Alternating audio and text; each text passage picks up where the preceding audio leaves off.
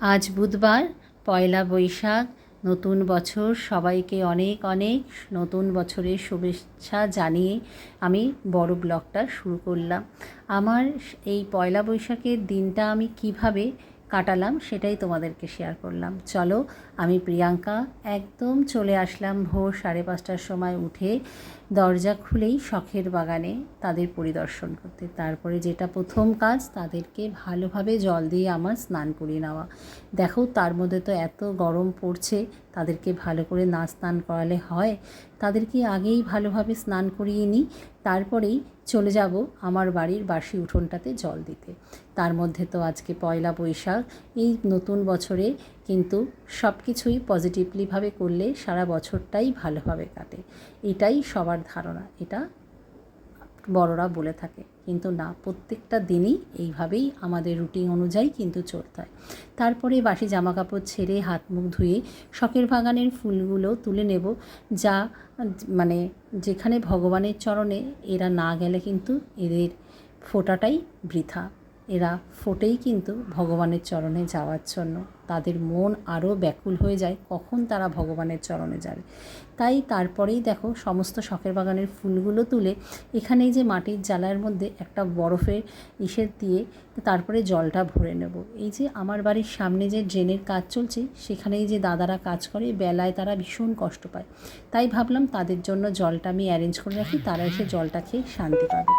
আর এই যে daily routine আমার, গরম জল খেয়ে নিই আমার এই ডাইনিংয়ে বসে, আর এই যে ডায়েরি লিখতে লিখতে একটু সময় কাটিয়ে তারপরেই চলে যাব আমি আমার স্কিন কেয়ার করতে। সকালবেলা তখন প্রায় বাজে 7:30টার বেশি। স্কিন কেয়ার হয়ে গেল স্নান করেই। আর দেখো কি সুন্দর হাওয়া দিচ্ছে, আর প্রায় তখন রোদের আলো আমার ঘরে এসে ঢুকছে, আর আমার গাছগুলো একদম সুন্দর ঝলমল করছে। দেখেছো কি হাওয়া? ততক্ষণে আমি আমার স্কিনটা একটু কেয়ার করেই গোলাপ জল দিয়ে ফ্রেশ হয়ে নিলাম। আর এদিকে এবার একটু রেডি হয়ে নেব, তারপরেই তো চলে যাব ঠাকুর ঘরে। নিজেকে গুছিয়ে গাছিয়ে না নিলে কিন্তু ভালো লাগে না। তারপরেই চলে যাব ঠাকুর ঘরে। দেখো, তারপরে যে তুলসী রানীকে আমি যে ঝরা লাগিয়েছিলাম আগের দিন, সেখানে ভালোভাবে মন্ত্র পড়ে জল ঢেলে নেব।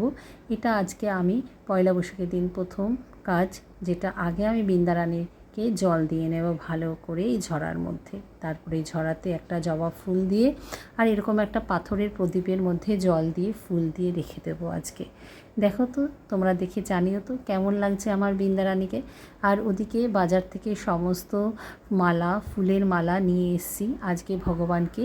সবাইকে একসাথেই আজকে মালা পরাবো। রোজ দিন তো সবাইকে একসাথে মালা পরাতে পারি না, কিন্তু আজকে ইচ্ছা সবাইকে একসাথে মালা পরাবো। বছরের নতুন দিনটা আমি প্রত্যেক বছরই করে থাকি। ওদিকে প্রথমেই আমি গণেশজিকে পুজো করে নেব। গণেশকে ভালোভাবে স্নান করিয়ে চন্দনে বেলপাতা লাগিয়ে তাকে চন্দন পরিয়ে জবা ফুল অর্পণ করব তাকে। তার লাল ফুল কিন্তু ভীষণ পছন্দের, তোমরা জানো কি না আমি জানি না। তারপরে এরকম 5টা দুব্ব তাকে নিবেদন করে বেলি ফুলের মালা পরিয়ে প্রদীপ দিয়ে আরতি করে নেব। তারপরে চলে যাব বাবা পঞ্চাননের কাছে। এই দেখো, আমার বাবাকে সুন্দরভাবে সাজিয়ে গুছিয়ে রেখে দিলাম। দেখে জানিও তো আজকে আমার ঠাকুর ঘরটা কেমন লাগছে। সমস্ত ঠাকুরকে সুন্দরভাবে মালা পরিয়ে দিয়েছি, আর সারা ফুলের গন্ধে মম করছে। তারপরে কর্পূর জ্বালিয়ে আরতি করে নেব।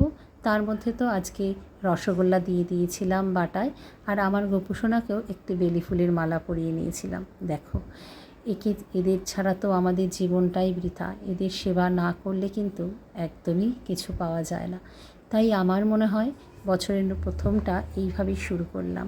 দেখো, সমস্ত ঠাকুরকে ভালোভাবে মালা পরিয়ে সাজিয়ে গুছিয়ে আজকে এখানেই আমি ব্লগটা শেষ করলাম। সবাই ভালো থেকো।